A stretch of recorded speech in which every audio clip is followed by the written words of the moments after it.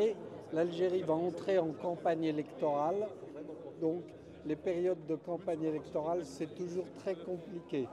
Je crois que c'est un triangle, trois pays, France, Maroc, Algérie, qui ont trois histoires différentes, mais qui ont un passé commun. Et donc, voilà, on est obligé de vivre et de travailler ensemble. France, Algérie, Maroc. Maroc, Algérie et France. Je crois qu'on ne peut pas faire autrement. On ne peut pas faire abstraction de l'histoire et de la géographie pour ce qui vous concerne et des phénomènes actuels que sont les questions aussi bien climatiques que migratoires. Donc on est obligé de travailler ensemble. D'abord, je vous réponds que la gauche n'a pas gagné parce que la gauche a eu 7,4 millions de voix.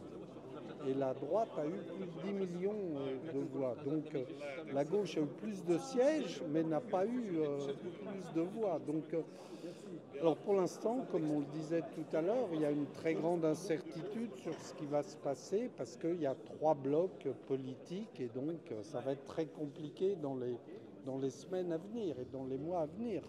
Moi, je suis préoccupé en tant que citoyen parce que c'est la première fois que nous avons une période de blocage comme ça et je suis très préoccupé par ce qui se passe et cette dissolution de l'Assemblée nationale a des conséquences très fortes.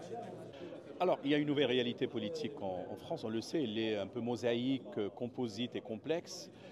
Les jeux ne sont pas pour autant faits, le champ n'est pas pour autant clarifié, je le sais très bien. Mais permettez-moi de vous dire que nous avons suffisamment engrangé d'expérience qui nous permettent, nous Marocains, de s'adapter à n'importe quelle situation.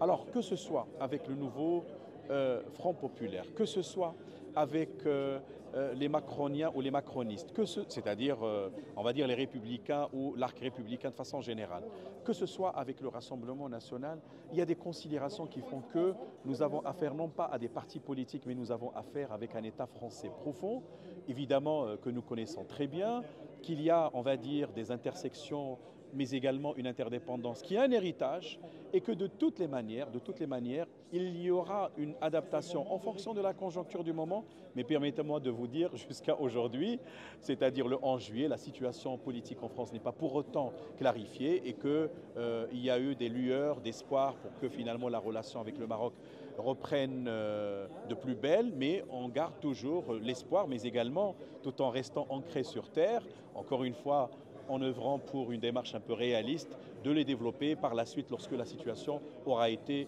mieux clarifiée. La France est un des principaux partenaires économiques du Maroc.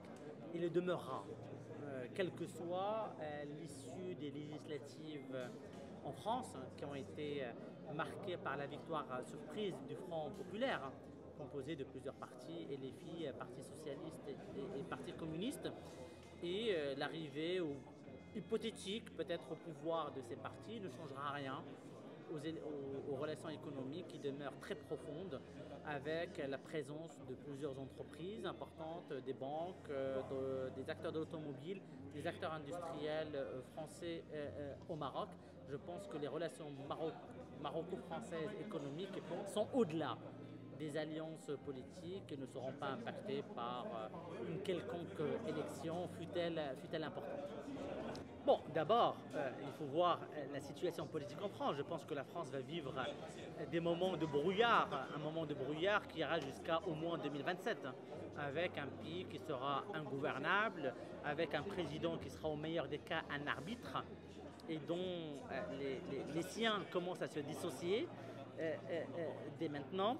Je pense que les relations, que ce soit avec le Maroc ou avec l'Algérie, ne vont pas beaucoup changer parce que la France va se focaliser, je pense, sur sa politique intérieure, sur le fait d'essayer de trouver une solution à ce blocage politique que connaît le pays.